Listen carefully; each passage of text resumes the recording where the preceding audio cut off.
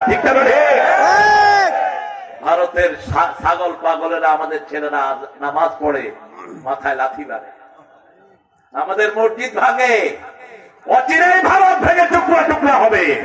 ভারতের ক্ষমতা থেকে মুসলমান চালাবে ভারত। ঠিক না? ঠিক। কারণ ভারতের কোন স্মৃতি হিন্দুদের নাই। দয়া করে দিয়েছি, আমরা দয়া করে দিয়েছি। আমাদের অলসতার কারণে বিগত শতাব্দীগুলোতে কিছু হিন্দু এই দেশ শাসন করেছে। ঠিক কিনা? 750 বছর ভারত চালিয়েছে মুসলমান, একটা হিন্দু না খেয়ে মারা যায় নাই। এখন লক্ষ লক্ষ হিন্দু ডাস্টবিন থেকে খাওয়া কুড়িয়ে খায়। কলকাতাতে আছে না নাই? আছে। মুম্বাইতে গিয়ে দেখেন মসজিদ কি নাজেহাল অবস্থা। মিলিয়ন মিলিয়ন লোক মসজিদে থাকে। মানবেতর জীবন। ইসলাম আছে যেখানে, সৌন্দর্য আছে সেখানে।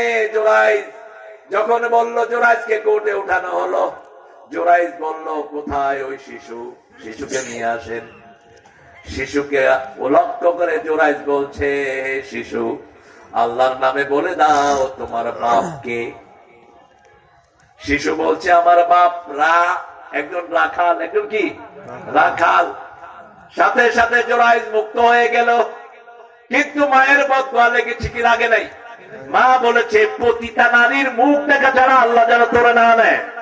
খবরদার, পিতা মাতার বেয়াদবি, পিতা মাতার সাথে বেয়াদবি করবা না। 3টা জায়গার বেয়াদবি আল্লাহর কাছে মোটেই সহ্য হয় না। প্রথম পিতা মাতা, প্রথম কে? দ্বিতীয় নবীদের সাথে বেয়াদবি করলে সাথে সাথে একসাথে জানকে। তৃতীয় হলো আত্মীয় স্বজনের হক